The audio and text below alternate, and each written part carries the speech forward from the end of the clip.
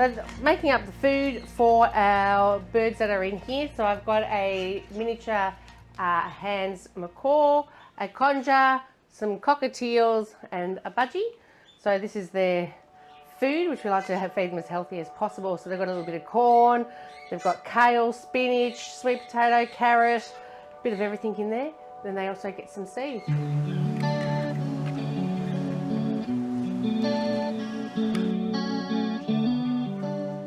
This one here is a princess parrot.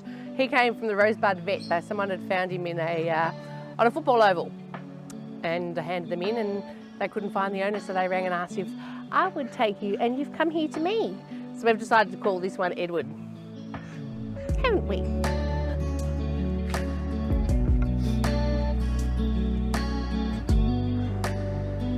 This one here is George, and he loves having his almonds first thing in the morning. Come on, Coco.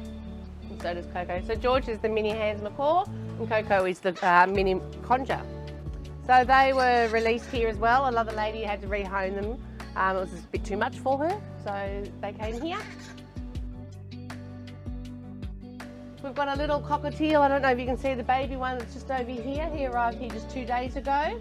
Some people also found him on an oval, and he had no feathers apparently, and they've nursed him back to health and thought it was cruel to keep him in a cage, so they brought him here. So I like to keep things a little bit different and interesting for them, so I'm always switching things up in here. So now I'm going to hang this one here so they can play on it, and that'll just hang here. And then I'll hang branches and stuff off that as well, so they've got leaves and stuff to play with, and keep it all very, very interesting and changed for them. And what I love about this aviary is that Nick can open up all these windows. Open the windows, honey! And we can actually sit with the birds. Let the bird noises in. They got them there for a peanut. Here, buddy. Let's see if he attacks him. Oh no. I was chasing that dream till the wheels fell off. Circle around the world, but I got so lost. So I sold my gold and I never looked back. Ain't no future living in the past.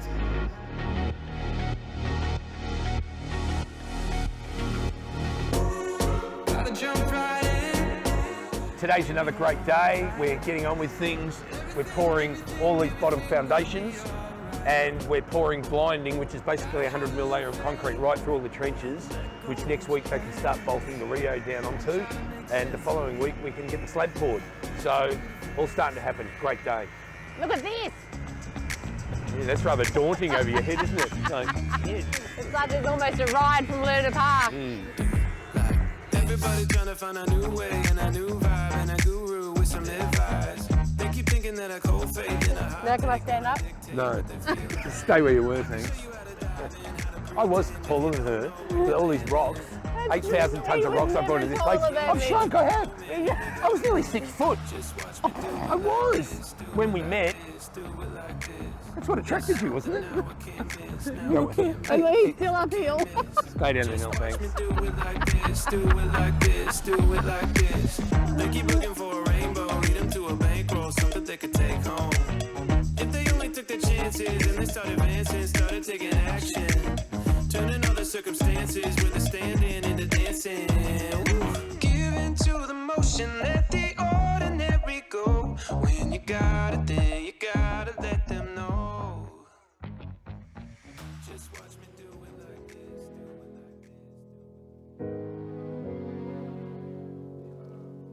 like this. Today we're at Pete's Lookout, which is named after my dad, Pete Smith, and this seat looks out over the crater, which I built probably about 15 years ago.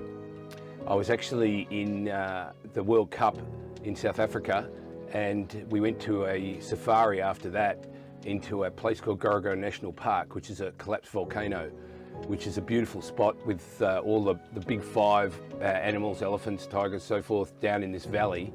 And it was just such a beautiful spot. When I got back, I thought I wouldn't mind making a version of that, be it a lot smaller. That one's about, I think, 5 k's across, but mine's about 400 metres across. But anyway, that's what I did, and here we are. I hired a 30-tonne excavator and I dug for about a month, and I built this hole.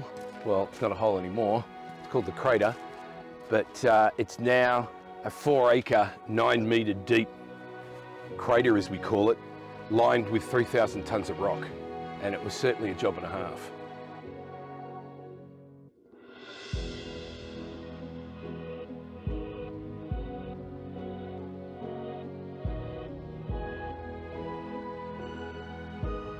We've got a centre of the whole area, which is our fire pit, which mimics the middle of the volcano, I guess. And so we put this in, and we've had some great fires in here and some great ceremonies as far as cleansing ceremonies. We had a great ceremony when everybody stood around. They wrote down on a piece of paper what they wanted to get out of their life. We lit the fire, we walked around, everybody got in and put their paper into the fire, and although it sounds a bit simplistic, there was a fantastic feel about it and a great release. It was a great night. So after digging for 10 hours a day for over a month, I finally had formed up the crater, the most of the banks, and effectively what I had was a huge hole. But at that stage, I kind of realised the enormity of the task ahead. I could only think of the 3,000 tonnes of rock sitting up in the paddock, all over the paddock, waiting to come down, and this hole I dug, and mud everywhere. The machine was pretty much getting bogged. There was no proper drainage, and it's one of those times in life when you can make it and break it. And it certainly, I felt like just walking away from it all and thinking, what the hell have I done? I'd literally dug myself into a hole. But like so many times in life, when you get to that point where you feel your chips are down, I don't want to get too spiritual about things, but it was one of those times where I had to step up and just push harder and just believe it was going to happen and keep the picture in my mind of what I wanted and just get on with it. The feeling of being down, knowing you can go either way, knowing you can give up, but then not giving up and pushing ahead and getting it done is just fantastic. And here we are today in something that is just beyond even the imagination, the picture I had in my mind it's just grown into something that I couldn't ever have thought of. And it's beautiful, it's a great spot.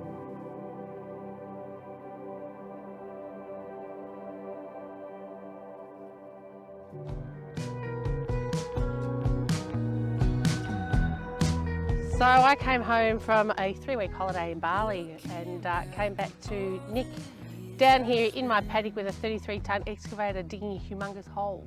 And this is how this crater came about.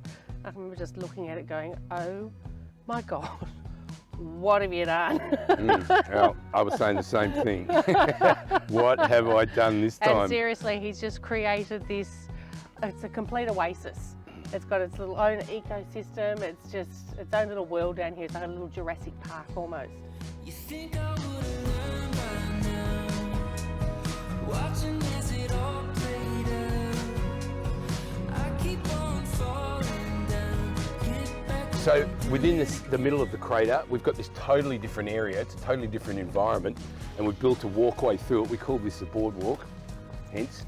And it's full of ferns and clivias and other more shaded lichen plants, but it's a totally different feel.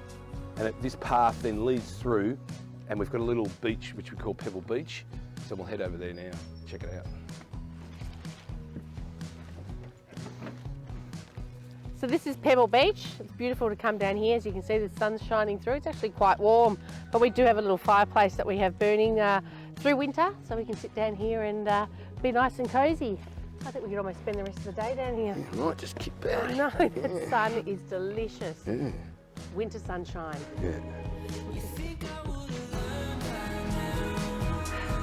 now, watching as it all played out. And that's a wrap. Another episode and another milestone reached. We're really getting somewhere. I hope you're having a good time. See you next week. Bye.